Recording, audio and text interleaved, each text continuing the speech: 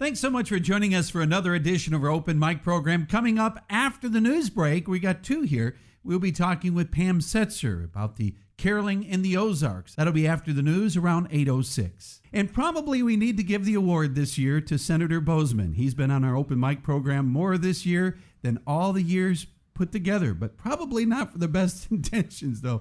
Senator, thanks so much for taking time and talking with us. Well, it's something I've really enjoyed, Bob, and thank you so much for having me, and we really appreciate your show very, very much. You know, when we look at the things that's gone on this year, we would have never thought that anything that we've all have experienced and with the COVID and things of that nature. But one thing we got to say, our hats off to America. This Operation Warp Speed, you gave us a glimpse that this was going to come. It was happening when it first happened.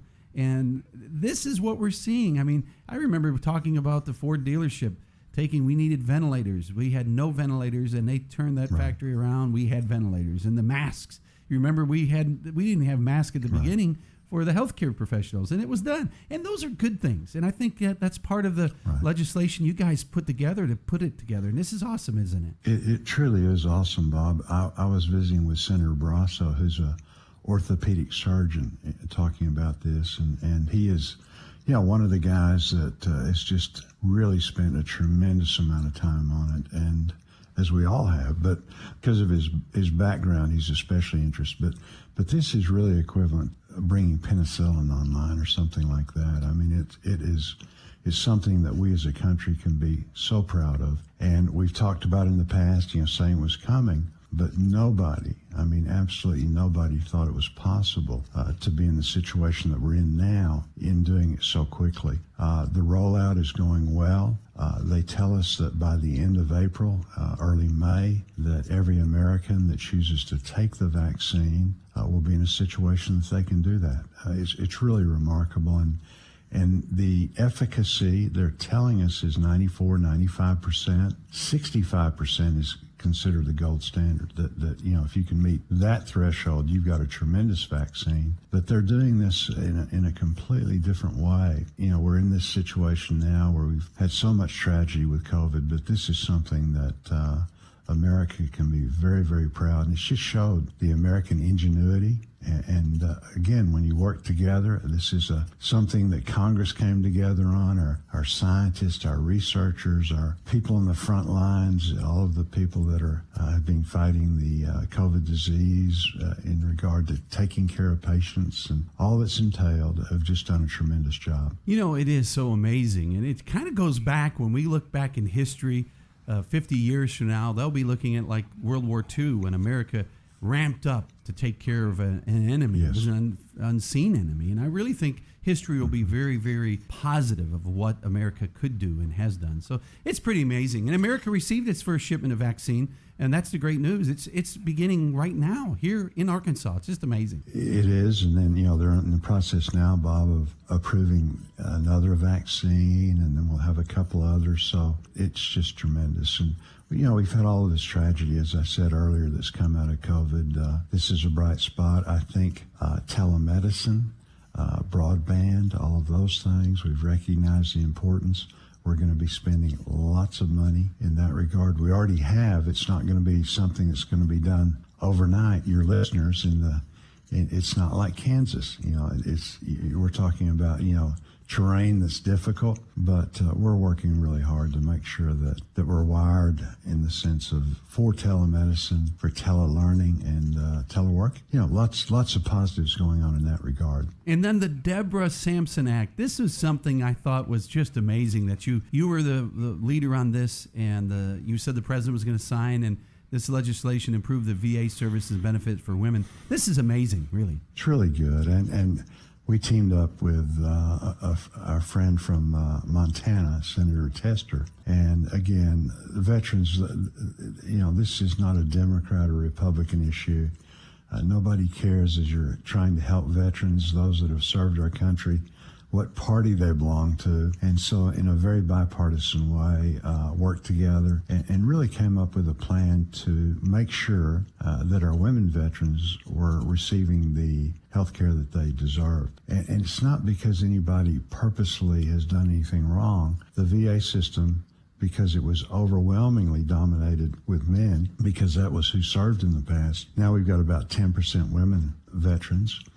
Because of the large numbers of women that are joining the service, the opportunity that they've got there now. And so just updating those facilities, making sure that they're welcomed, making sure that the special needs that they have compared to men with specialists and this and that are met, and just all of the little things to make sure that they have the best health care possible. And it's different. There's privacy issues. There's this and that. So we're working very hard to do that, and this legislation is going to really push us in the right direction. And then the legislation aimed at reducing the backlog for veterans. This is something that you've championed veterans. I have felt that is the most important legislation we can work on, is taking care of those that keep and protect us. And this is a big one too. It is, Bob. And the important thing about these things, whether it's the Deborah Sampson Act, that came from being out and about, visiting with our women veterans and them expressing a need. This other is the same way, visiting with veterans and hearing the fact that our backlog, when you have a claim, when you've served in the military and then as a result of that, something's wrong, and you have the ability to file a claim. It doesn't necessarily need to be decided in the affirmative. Sometimes the claims are such that yes, it was service related. Sometimes it's not. But the one thing that needs to be done is it needs to be done in a timely fashion. And so the claims had really, before COVID, crept up, and we worked so hard throughout the system to get the claims process back down where it was efficient, lots of resources there. And then with COVID, we weren't able to do the disability exams because of the fact that our medical practitioners and things were only doing absolutely necessary. And so as a result of that, the backlog has really gotten out of hand again. So this is an effort to empower providers such that we can get that under control and again, make sure that whatever benefits are out there that veterans able to procure, we always have to remember these are earned benefits. Make sure that they are judged on a timely basis. Didn't have to wait a couple of years for that, and sometimes the time frames blow out just unimaginably. So.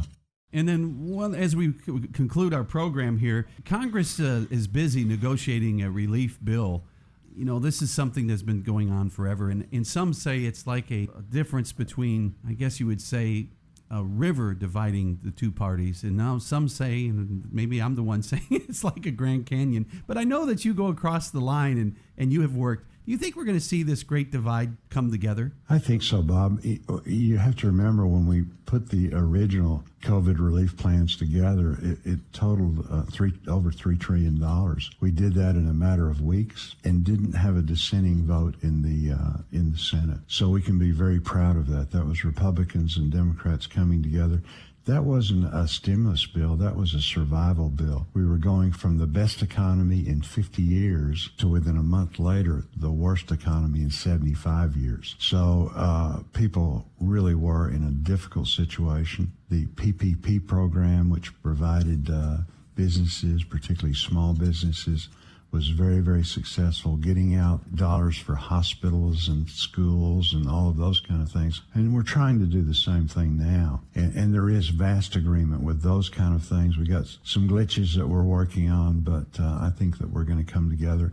And I would also say that the vast majority of this bill is not about stimulus. This is about the difference in a lot of our small businesses. You can imagine the plight of the hotel industry, the venue industry.